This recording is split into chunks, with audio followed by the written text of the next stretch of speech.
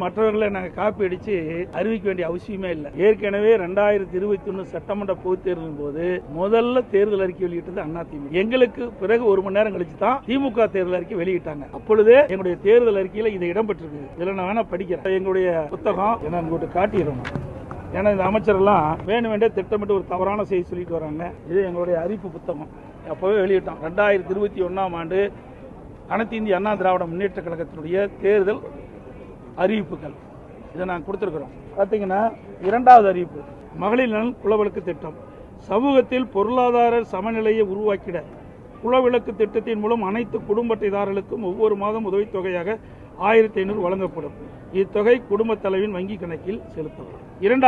3வது மகளிருக்கு பேருந்து பயணச் சலுகை. நகர பேருந்துகளில் பயணம் செய்யும் மகளிருக்கு பேருந்து கட்டணத்தில் 50% கட்டணம் வழங்கப்படும். அதான் நாங்கள் ஏற்கனவே அறிவிச்ச திட்டம் தான். ஒரு புதுசாக ஒன்று நாங்கள் இல்லை. அதே மாதிரி வீடு அம்மா இல்ல திட்டம் அது நாங்கள் ஏற்கனவே அறிவிச்சிருக்கிறோம். குடியிருப்புக்கு சொந்த வீடு இல்லாதவர்களுக்கு கிராமப்புறங்களில் அரசே இடம் வாங்கி காங்கிரீட் வீடு கட்டி தரப்படும். நகர்ப்பகுதியில் அரசே இடம் வாங்கி அடுக்குமாடி வீடுகள் கட்டி அம்மா இல்லம் திட்டம் மூலம் விலையில்லா வழங்கப்படும். இது அறிவிப்பு ஒன்று.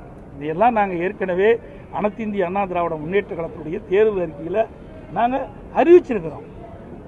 அந்த அறிவிப்பின்படி தான் இப்போ மீண்டும் 2026 சட்டமன்ற பொதுத் தேர்தலில் எங்களுடைய அறிவிப்பை வெளியிட்டு மக்களிடத்தில் மிகப்பெரிய வரவேற்பை பெற்றிருக்குது. அந்த வரவேற்பை பெற்ற காரணத்தினால தான் அந்த எரிச்சல் தான் ஒவ்வொரு நாளும் ஒவ்வொரு அமைச்சர் ஒவ்வொரு விதமாக பதில் சொல்லிட்டு இருக்காங்க.